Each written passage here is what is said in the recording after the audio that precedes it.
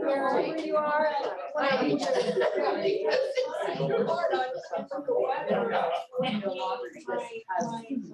Okay, we're ready to start. Well, mine doesn't have All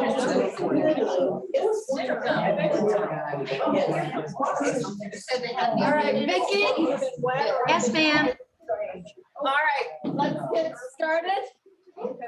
Okay. Sounds good. I just want to thank Elaine Whitfield.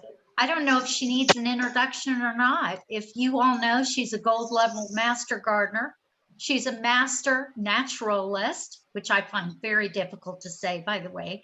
And she has been the go-to person in our extension gardens, and they have just, you know, blossomed under her care over the years.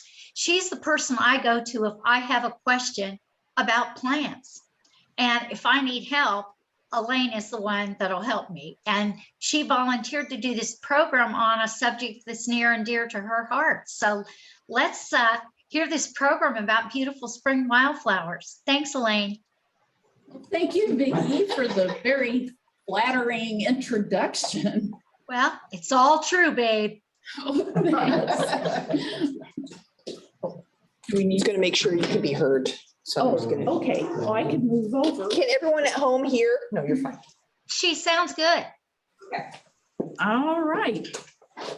Well, I do apologize in advance. I started on this presentation, a little bit after Christmas, you know, working on it a little at a time, trying to find my pictures that I've collected over the years. And a week ago, Monday, I had a crash on the tablet that I put the slides on.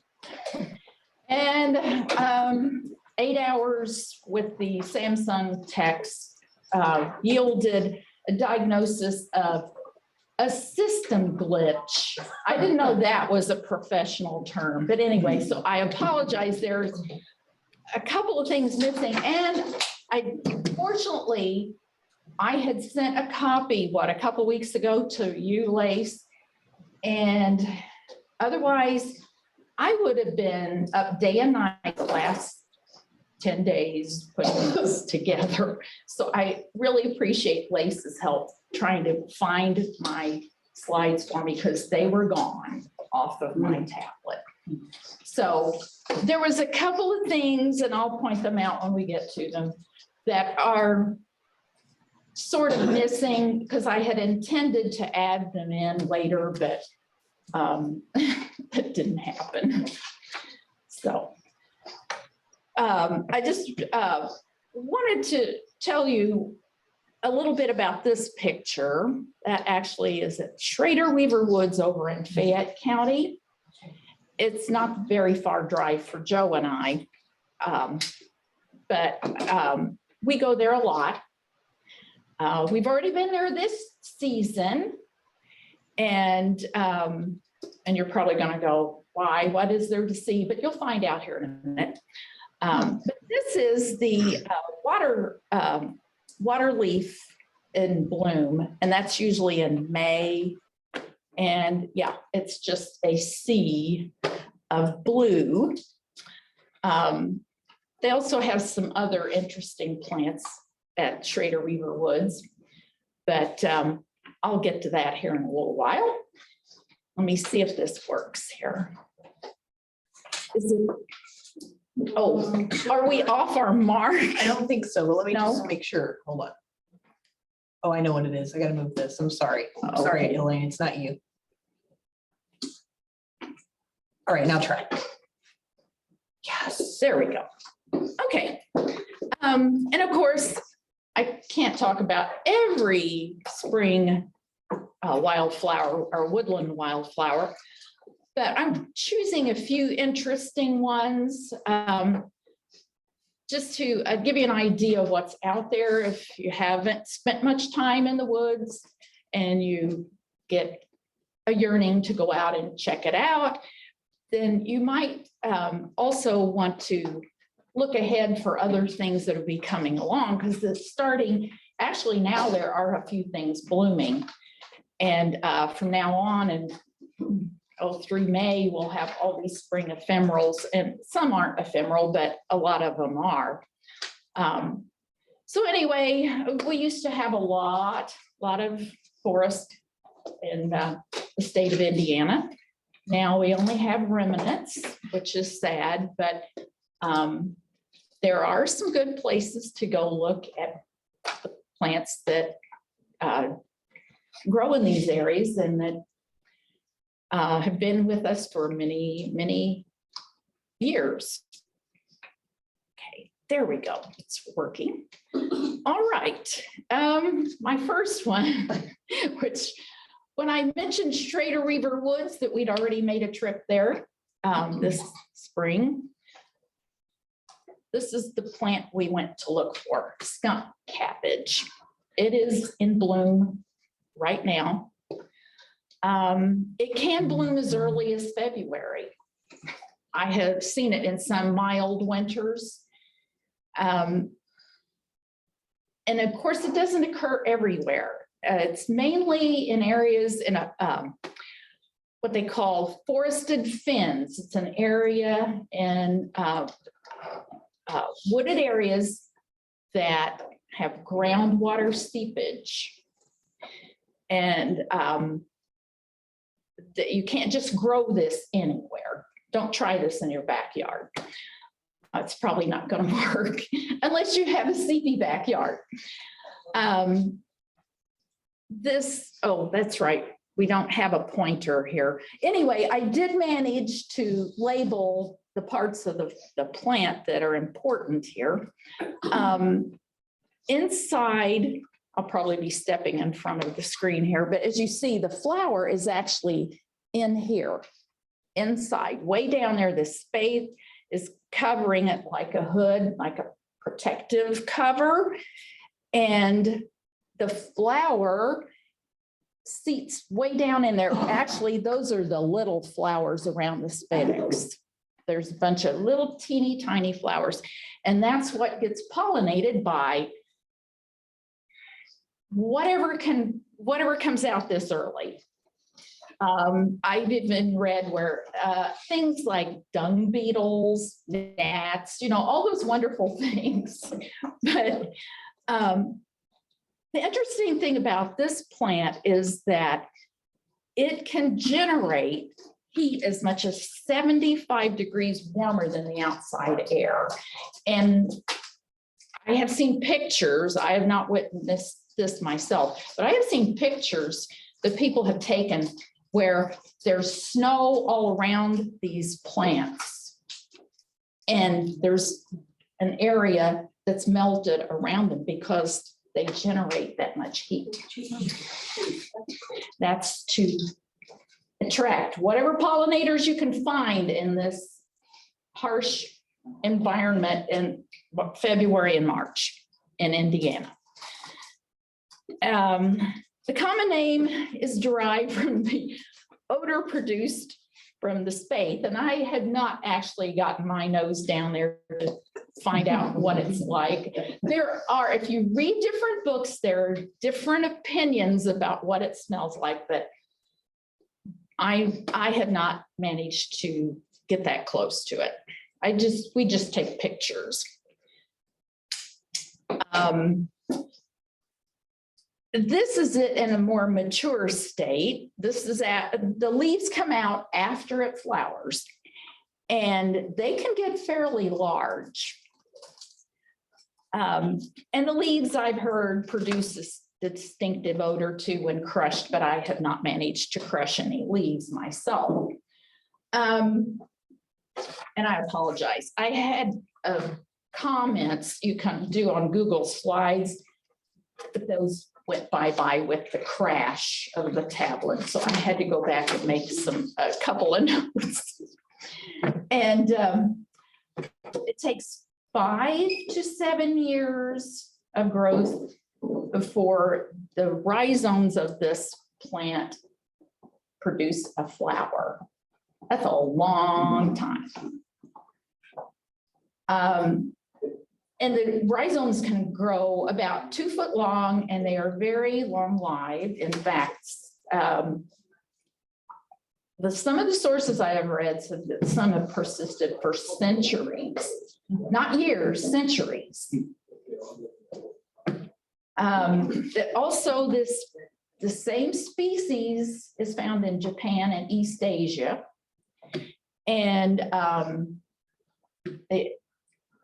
I had not run into this term before in all my studies, but I think it's paleobotanists. They believe that the plant migrated to North America across the land bridge between Siberia and Alaska several times. So it is found in other parts of the world, not just North America. Okay, let me go to the next slide. Oh, and one little point here is the other thing we go to Schrader Weaver Woods for is to see the marsh marigolds bloom, and they grow with the skunk cabbage. You hardly ever find them separated. They are companion plants. They like similar growing conditions, so that's why you find them together. Okay, here's another little interesting plant, and I'm sure many of you have never even seen this, but it's everywhere. We might even go out here and find it in the extension yard, but it isn't definitely, we found it at Thornwood on Sunday. It's profusely blooming. And the reason you may not have noticed is it's very tiny little plant. It may get 4 inches tall. And these little petals on the flower are, it says here, a 1/16 of an inch to 1/8 of an inch long. So you have to be looking down and you have to be paying attention. But yeah, it's blooming right now. And harbinger of spring. It means born in spring, and the botanical naming. The other name, you may have heard people say that the salt and pepper's blooming. That's what they're talking about. That's its common name. And let's see. See if I can, oops, what did I do? No, no, it's showing up. There it goes. You did great. Is that the one I wanted? Okay.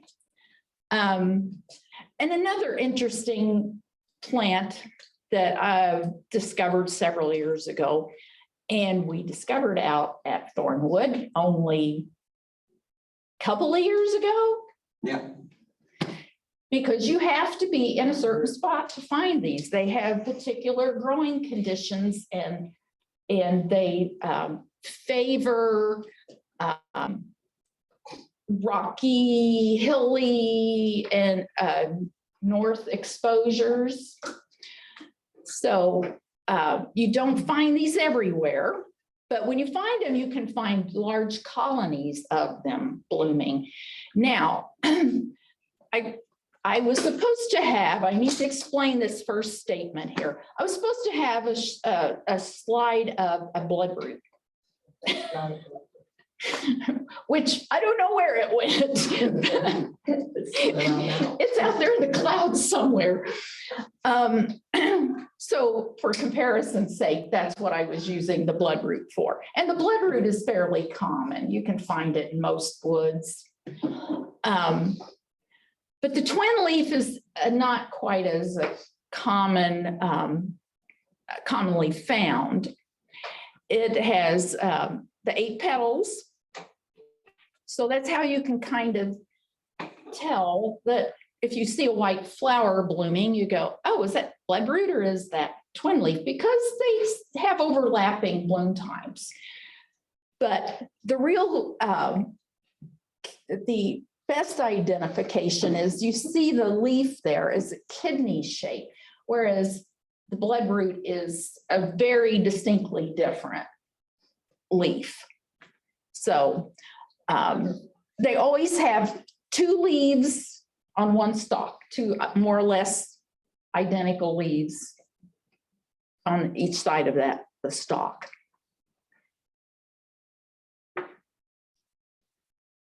Okay, let's see here. Next, we have the violet family. And here again, I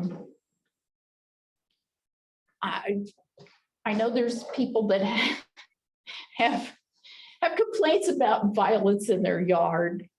Okay. Please do not destroy them in a forest. They serve a very, very important purpose.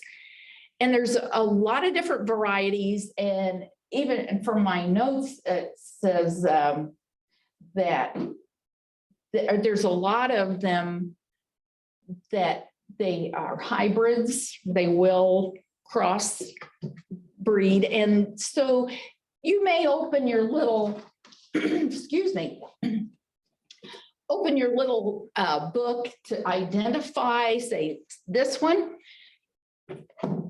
That's why I didn't put names up here, because a lot of them have the characteristics of one you find in here that's listed, a white violet with a purple,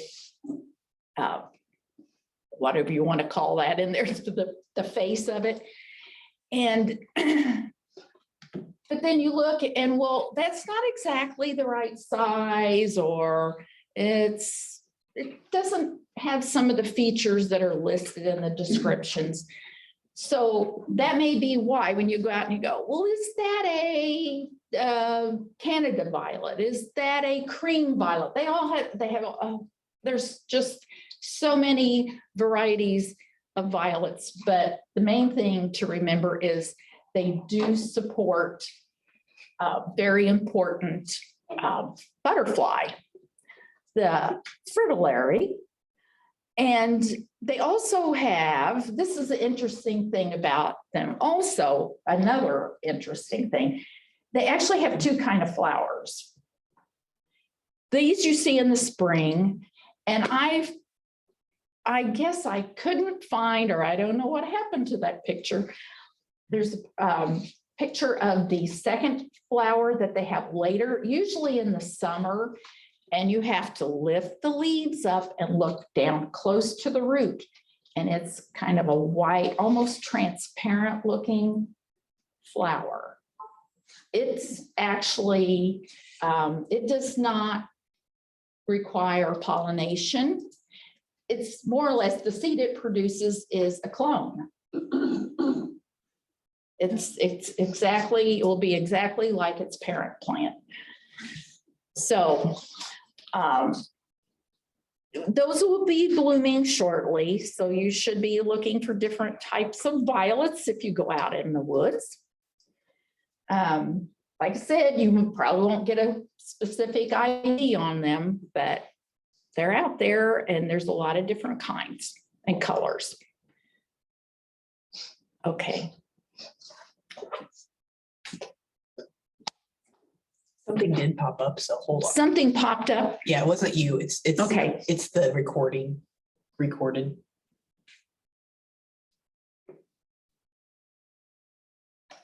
All right, here we go. I pushed it. Oh, okay, thank you. And another one of my little favorite tiny spring plants, ephemerals. Now this one lasts a lot longer than some of them. About 2 months, but then after that, you won't be able to find it. Go look in August for the leaves, it won't be there. They just go away and rest and do their thing until the next spring. Now, you'll notice here, just there's 5 petals on the Spring Beauty.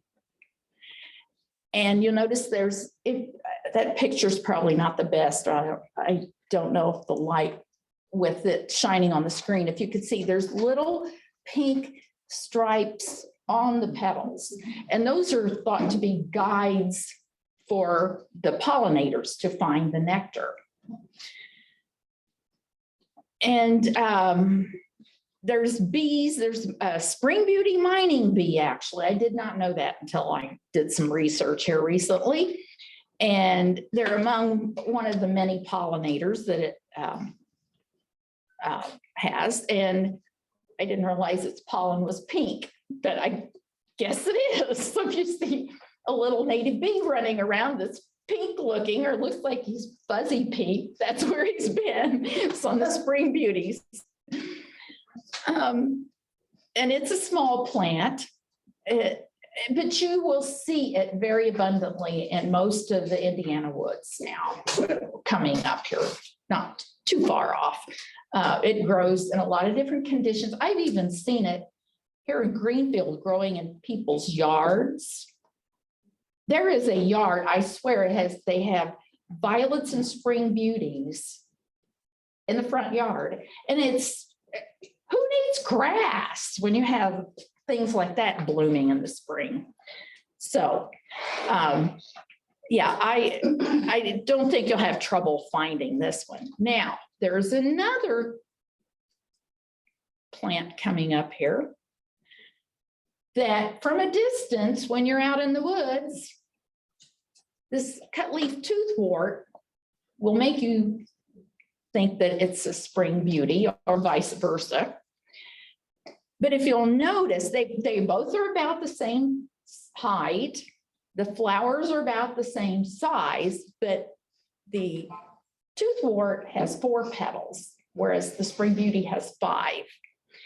So that's how you can tell. Plus the leaves, you can tell these are distinctive. The leaves have a bit of serration here, whereas the Spring Beauty leaves, I didn't get a good shot of the Spring Beauty leaves, but they're long and strappy, and the margins are fine. They're not rigid. They don't have these serrations. I can't even read that from here. I'm too close. Oh, and it's the rhizomes are pointed, have tooth-like projections on them. So that's where it got its common name. And it's a host plant for a variety of butterflies called whites. There's cabbage white, and I know you've probably heard of a number of those different types in that family. And you actually can find caterpillars on the underneath side of these leaves in the spring. There we go. Okay, now here's one that we have searched a lot of woods for both of these. Yeah, it's not hard to find Dutchman's breeches. Squirrel corn is another one. It's the same family, very same family as you see up there, Dicentra. What other plant do we have? We've even had at the plant sale that comes from the Dicentra family. Anybody know? Bleeding heart. Bleeding heart, yes. Yeah. Yes. So these two are related to that plant. And the squirrel corn there on the left is a little harder to find. It's not near as common as the Dutchman's breeches. There's the foliage. See if you can tell the difference when you're hunting and they're not in bloom yet. The only thing I did find that is helpful here in some of the literature is the squirrel corn tends to be bluish white on the leaves underneath, and then more of a blue green on top than the Dutchman's breeches. They can even grow side by side. Joe and I have found them in the woods. You look down, you go, oh, there's a bunch of Dutchman's breeches, and then right next to it there'd be a squirrel corn growing. Camouflage. Yeah, so you really have to be on your toes hunting for those. The bumblebees are the main nectar feeders and pollinators of these two plants.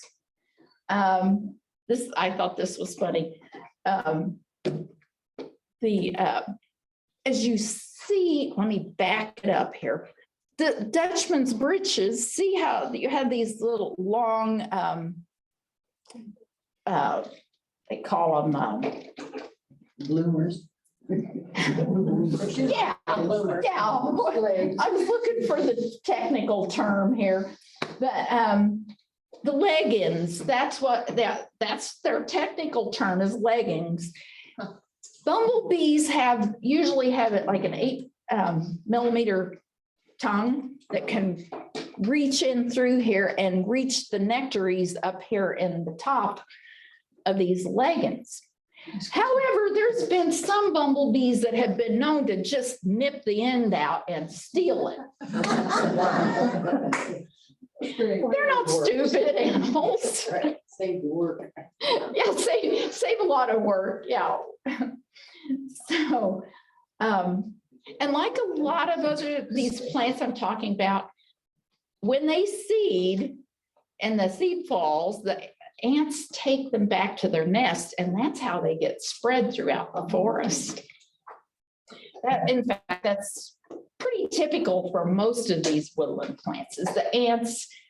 Actually, some of these, the seed produces like a food body, and that's what they take back to their nest. They eat it, and then the seed germinates there the next year. And also, one of the main differences, I did not know this until this year, is that squirrel corn actually is fragrant, whereas the Dutchman's breeches, you don't really have, it doesn't have a distinct odor, not to us humans anyway. All right, and we've seen that. Okay, another interesting plant that hangs out in a lot of Indiana woods. I'd say most everywhere I've been, I at least found a few Dutchman's breeches, or I'm sorry, Jack in the Pulpit. And one place I can tell you that Joe and I found, to the point where we weren't excited about seeing them anymore by the end of the walk, was Meltzer Woods down in Shelby County. That place is loaded with Jack in the Pulpit. I've never seen so many. You just almost can't walk without stepping on one or seeing one. But this is an interesting plant too, because it's actually related to some other tropical type plants that aren't native to this part of the world.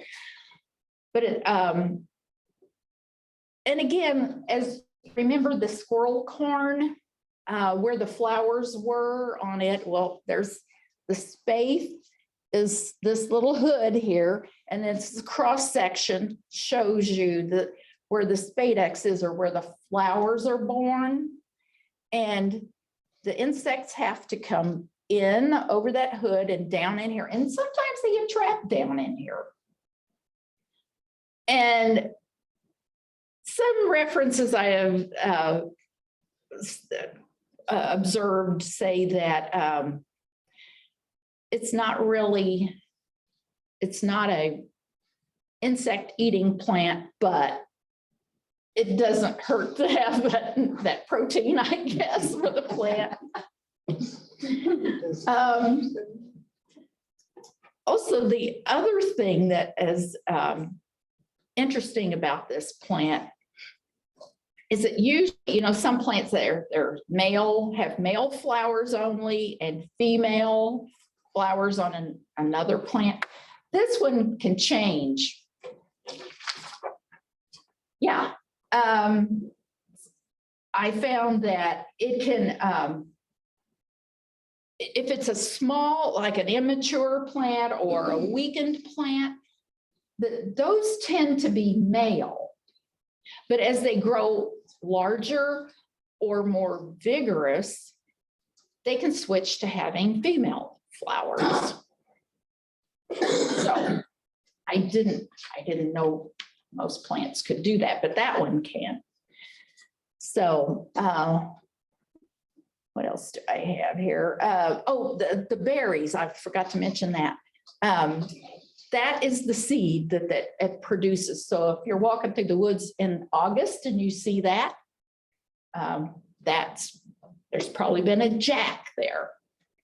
So, and actually all you do, what we have done before with ours, we raise these at home along with its cousin green dragon, which I should have put pictures of that up, but that's for another time. But they both produce a seed head like this, and they're indistinguishable. We can't always tell if they've grown in the same spot.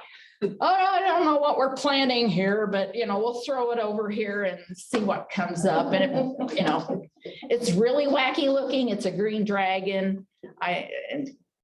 That's almost scary. I should have brought pictures of it, but like I said, that's for another time. Let me see, get my notes organized here so I don't forget to tell you something. Okay, the next class or family of plants, I want to talk about the trilliums, and there's a number of those. If you go out in our woods now, they're very prominent plant. They'll be coming up here in April, and there's, excuse me, there are a number of different types. In fact, throughout the world, there's hundreds of varieties of trillium. Indiana has native trilliums of about a half a dozen or so. Mainly here in central Indiana, we have the prairie. Well, it's also known as purple trillium. We have the sessile trillium, also known as toadshade. So if you've heard those terms before used with trillium, it's the same plant. They always will have 3 leaves. The leaf arrangement is such that you'll see, excuse me, I'm gonna have a drink. I got it. I never go anywhere without this. Okay. So you'll see a single flower on top of this stalk, and it has 3 sepals and 3 petals. Now, the way to tell some of these apart is, let me go to the next slide because that's where those pictures are. Oh yeah, and here again, ants, mice, wasps, even deer get in on moving these around. Okay, this one over here. There, look. Oh yeah, that's the purple trillium on the very far left there. That one is, and that picture is not the best. I couldn't find a better one, but the sepals, you'll see this is a sepal. And on that plant, those are recurved. If you know what recurve means, I mean, they really turn back on themselves. Whereas the sessile trillium, the sepals stay more or less in the same plane as the leaves, as you see here. They're just kind of about the same. The grandiflorum is a little harder to find. There's some woods in central Indiana where you can find those. We don't have any thornwood that I know of, although I say that and I found some plants there after a number of years of traipsing around that I didn't know were there. But the trilliums, believe it or not, have some of the largest chromosomes of all living things. I guess if you take some of those little structures out and string them out, somewhere I read the other day, it would reach about 220 feet. Yeah. So they're a very complex plant. Okay, and we have the trout lily, and I'm going to show you the yellow one first because it's a lot more common. You'll find it there again in most woods and in central Indiana. The name comes from, if you look at the leaves, they're kind of speckled, like resembling the pattern on a trout. Again, this plant, like the skunk cabbage, takes a long time to produce a flower. So don't be going and picking any of these in the woods, please. Once they start blooming, I mean, they bloom profusely, but it takes a long time. And in fact, some of the colonies they have estimated are more than a century old, kind of like the skunk cabbage colonies too. Also, I did not know this. I have looked at this plant for many years. I just found this out the other day, that when it's a sunny day, the heads of the flower will follow wherever the sun is, whatever direction, that's where they turn. Now, there is also a white variety, and it's not near as common as its yellow brethren. And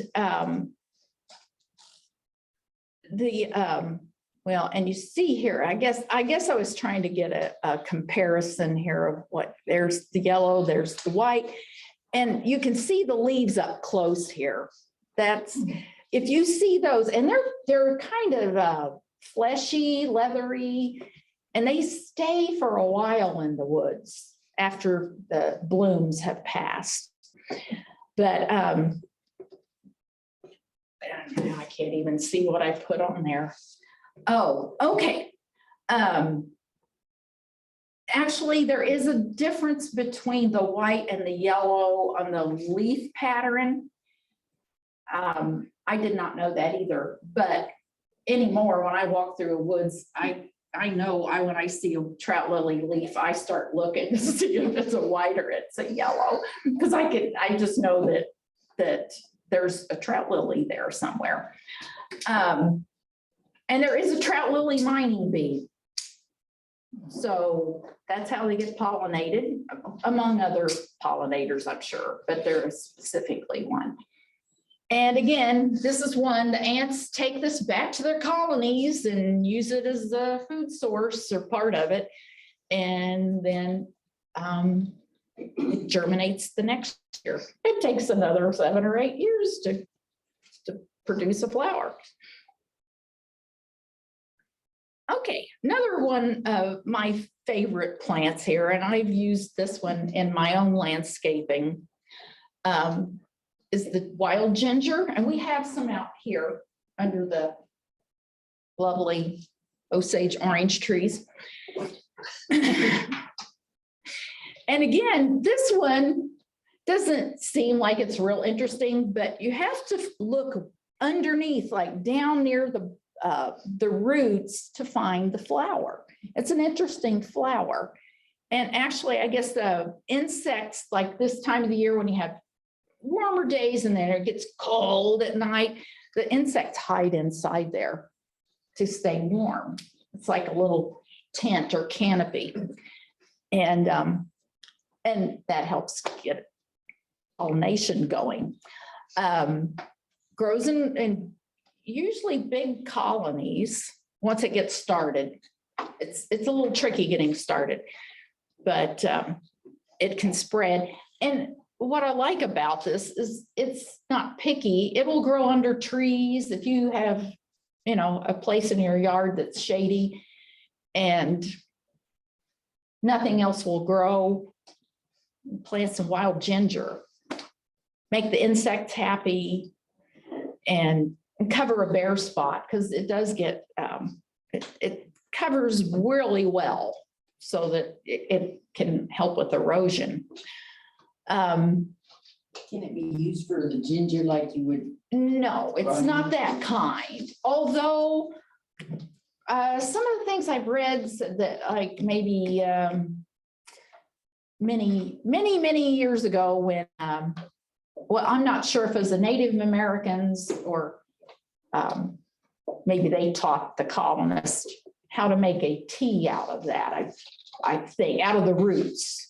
But it's not, it doesn't look like the ginger like you would go buy in the produce section of Kroger. Let's see here. Did I forget anything? Oh, and yeah, the leaves are evergreen. They stay that way for most of the year, and then they'll produce new ones in the spring. And the pipevine swallowtail will use it as a host plant.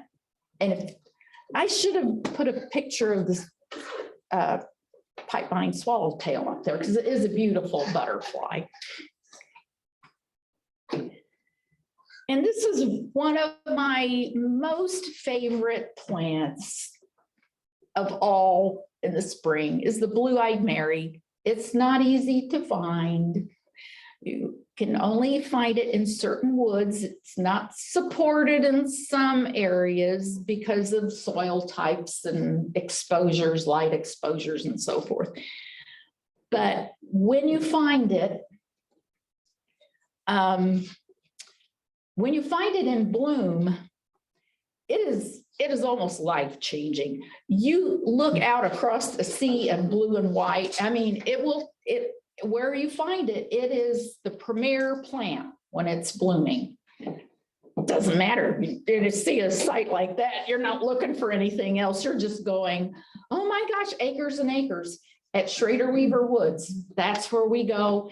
And Marcia Burkhart can tell you that she will be calling me, or I'll be calling her like the last of April, 1st of May, and we're gonna go and watch the show over there because it is breathtaking. It's not a very big plant. Gets 12 inches tall at the most, but as you see, it's profuse with flowers, and I have recorded on my phone the sound of bees on this plant when you're walking through there. It's deafening. There's so many, they love this thing. So I highly recommend if you can find a place to go see this. And like I said, Schrader Weaver over in Fayette is the only one I really know of around here. There's other woods, I think, in northern and southern Indiana. And maybe some over in western Indiana, probably, or by Turkey Run, where you can go see this. But this is an amazing sight to see when it's blooming. And not to leave out our non-flowering plants, I'll throw in a few ferns here because most any forest you walk through, you're going to find some type of fern. And there's several varieties that are native to the central Indiana woods. And I have the fragile fern and the Christmas fern. This one is evergreen, the Christmas fern. You will see it if you're hiking in the woods in the winter. That's the one you'll see. It just keeps its leaves all through the winter, and then in the early, or well, more towards the late part of the spring, they'll get new leaves. The fragile fern kind of grows in little crevices. It's a dainty looking fern. You can't miss it when you see it. And ferns reproduce by the spores that they produce here on the underneath side. If you flip this leaf over, that's what it looks under. Well, you probably can't really see really well. You'd have to come up here and look, but there's little dots all along the leaflets. And when those mature, of course, they fall off and they get scattered by the wind, and then eventually they germinate and produce a new plant. This is a fiddlehead. I don't know which type of fern, but I was just trying to get a picture. So if you're walking through the woods and you see something like this, that's a baby fern. It's about to unfurl. And people have been known to cut these and take them home and deep fat fry them and eat them. Oh my. It has to be a specific type, and you can tell the specific type of it looks like it has like brown papery. It's ostrich fern. That's The ostrich that fern, old yeah. one is ostrich fern. Yeah, and I have ostrich fern at home. But Do you fry it? no. I've eaten mine. You can saute them. They are delicious. They're like a spring asparagus. Yes, you can just put them in a little butter and yeah, But you have to know your specific fern, and you have to know what you're eating. Yes. right. But no, I don't take them in out of my yard because there's too many neighborhood dogs that go through there. All righty, now I think did I get to the end here? I did. These are some of my references that I've used. This book, I will tell you, if you're thinking about getting into hiking in the woods, I would recommend this one, The Wildflowers and Ferns of Indiana Forests by Mike Hamoya. He was with the DNR for about 35 years. He was their botanist. He's retired now, but he does speaking engagements, in which it'd be nice if we could get him to come here sometime. But the nice thing about this book is, number one, because I have other reference books, but I don't take them to the woods, because when it says 4-petal flower, 5-petal, whatever, and then you go to the page that has those, and then it gives a description, lists the other features, and then go to page 25, and then you go to page 25, and a half an hour later, you might have an idea. Okay. This one goes by colors. I don't know, you probably can't see back there in the back, but there's purple, there's red, there's yellow, white, green. So if you're colorblind, sorry, you might have a problem using this, but if you're not, if you find a purple flower, you go to the purple section. And if it's April in Indiana, you don't go all the way back to the back of the purple section. You start near the front and you start looking. It's in chronological blooming order. So you don't have to look through the whole section. You just, yeah. And it's very quick and easy to use. And he gives explanations about the plant, he just good descriptions. And it's, in fact, this one's so dog-eared, I'm ashamed I brought it. Joe has a better copy. We had to get another one because this one's so beat up, and we had to tape the spine because it's falling apart. So we've used it. I think that's one autograph. Yeah, well, yeah, we don't throw this away because we had, one of the times that we went to the Indiana Native Plant Society's annual conference, Mike was there and he gave us the pleasure of autographing our book. So that's what I would recommend if you're a newbie to this, and even if you're not, I mean, it's just still a good book to use as reference. I go back to it a lot. Now,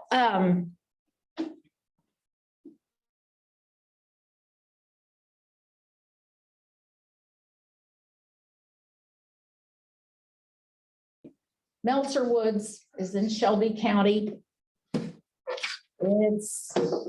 It's at 1522 South 600 East and in Shelby County. Do you know where that is, Teresa? And I do. I Steve? used to live about 2 miles from it. Okay, so you could give directions Yes. down there. But yeah, that's a nice woods to go to. As I said, you'll see lots of jack and pulpit, but it's really interesting. It's interesting for other reasons. Of course, I had to name the one nearby. This is the one I know the best. Come next week, or on the first Saturday. The 2nd of April is the, Shrums Nature Reserves work day, and you're gonna see all kinds of wildflowers. Oh, April okay. 2nd, they're actually doing a April. walk in Thornwood also. We're doing on the 2nd one. Saturday. But yours is later. Yes. Ours will be starting at 2 o'clock. We'll meet out Right, there. and see, and so you can come to Shrum and Corny. Oh, okay, I see where you're going. Yes. Nine till noon, and then you can go to Thornwood. A full day of activities. Yes. And of course, as I mentioned, Schramm, yeah, you're right. And now there are some amazing trout looking at Schramm. Oh, yes. Yeah. Shrum is gonna be. Yeah. And of course, I've mentioned Schrader Weaver. You can Google map this. It's not that hard to get to. Yes, you got to go through the country and yeah, it's pretty well out there, but it's worth the drive. And then another place we've been was Fort Harrison State Park, has some beautiful woods there that you can Really nice take the walking trails. too. Yes, yes, yes, they do. What county did you say Trader is in? Fayette? Fayette, Thank you. yes. I think I know how to get there. You've been there. I know, but I don't, you go, like if I go 300, I Yeah. keep going out that way, Just- just straight out that way, but I couldn't remember where I turned to the right. Is what. Yeah, You- When you go through Bentonville. Through Bentonville, okay, because I know I go through Mays. Road there. Okay. Be the first road on, goes up to your right. It goes to the right, I remember. turn on 450. 450, I took a picture. Yeah, I can't remember anything. and you just keep going until you get there. It's on the right-hand side. There's a little parking area. And no potties. So be And careful. yeah, but there's plenty, Jane, there are plenty, there are oak trees wider than this screen you can hide behind. It's actually divided into two parts. First part. Do you remember when Paula did that? Okay. Second part has been. Do we have any questions from the virtual visitors here? I just wondered if you had been to Mary Gray Bird Sanctuary. Yes, yes. That is a favorite hiking spot for my husband and I, and Yes. I'm going to take along my Michael Hamoya book, as she suggested, and look for the wildflowers there too. That would be great. I'm glad you mentioned it, Vicki, because I'd forgotten all about Mary Gray. Mary Gray Bird Sanctuary. That's another one. That's in Fayette County. That's Yes. where the woodcocks are? Is that where the woodcocks always go? We have woodcocks here. I don't know. Janet could probably answer that one. That's cool. Yeah. Yeah, it's a nice place to go to. But you know what? We went there, there were 2 years ago when everything was shut down. We thought, oh, Mary Grace Sanctuary will be open. We'll go there. Nope, Shut down, yeah. locked and we couldn't get in. So we drove over to Schrader Weaver, not that far, and we ran into Marcia and her husband out in the woods. Nice. So, Have you been to Yellowwood or the Hoosier National Forest? yes, but not this time of the year. Yeah, Yellowwood's a nice place. You don't go into Hoosier National? No, we haven't been to, the Hoosier National. Forest. Not in early spring. Why not? Not this time of the year. Well, We're too no, I like busy. the Hoosier National. I think the place is closed for right now. We want to take a half a day to go. Place I do want to go down is, what's the place I mentioned? State Park. Oh, you're talking about O'Bannon Woods. Abandoned. Yeah, I haven't been down there. yeah, that'd be a good place. I haven't explored it in the spring. However, But yeah, you probably have woods near wherever you live that you can take a peek in and, I think the most beautiful thing I ever saw was in Missouri. It was a 10-hour trip. It was a horseback ride for 10 days. And we were on a road in farm country, and it was one pasture right after another. We came on a pasture with, what I'm thinking of is cut leaf toothwort. oh, yeah. The field, it was white. That's the Yes. only way you can, and what it Yes. was the white butterfly they're talking about, called the white.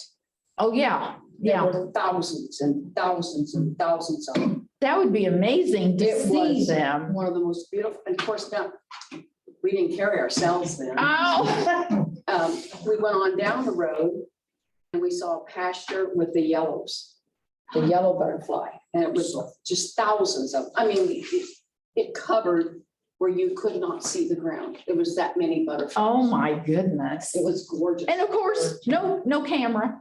I don't think cameras catch that though, do they? They No. can't ever catch that. No. No, No, they I don't think you could. No. I don't think you could. But that's why I suggested the Hoosier National, because when I ride there, we have them in the spring.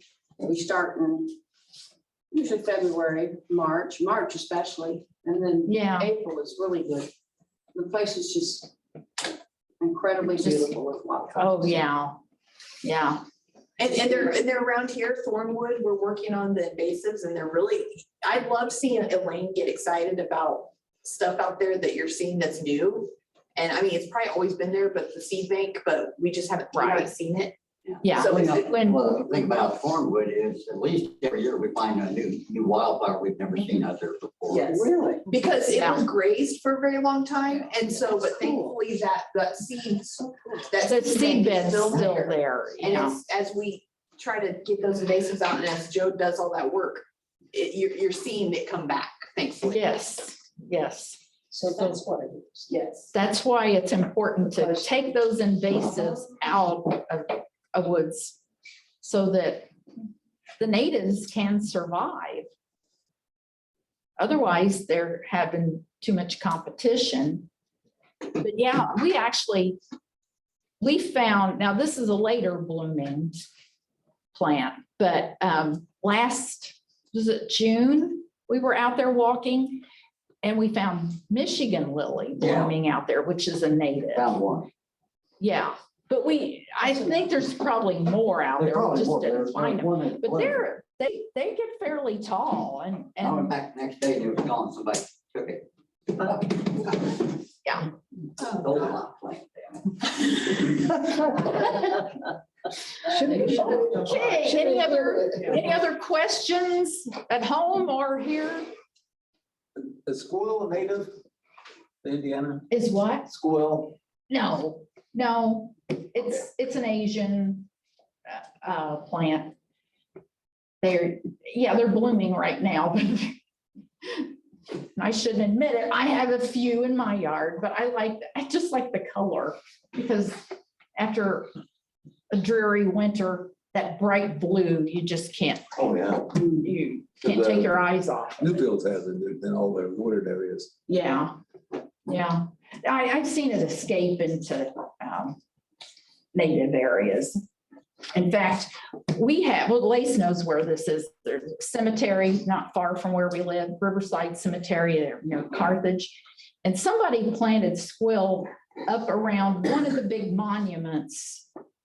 I don't know, who knows how long ago. And every year, and it's fenced in, and there's family graves around in a circle. And so you can go in there, and the squirrel have mainly stayed inside that circle. But a few have escaped and gone down the hill. And so when you're driving by, you see this hill that's turned blue next to the road. So, yeah, they're not native, but I like them anyway. All right. No other questions? Thanks, Elaine. We have 2 new members here tonight. Yes, I met one of them. They are transfers. She's from Wisconsin to Ohio to here. Ohio, Wisconsin, yeah. Okay. Back to the warm area. Connie, did you get the picture? I wanted- Oh, I took a picture of the screen, but I want to take. a picture. Joined us So I can get it. 2 months ago. oh, you want the black? And so like I said, here. Well, it is easier to remember if you have.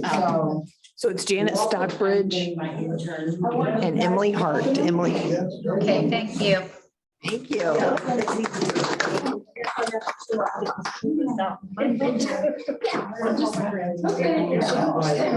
Here, you have this book. It's a lot easier than they try to explain. Thanks, everybody. Yes. Okay.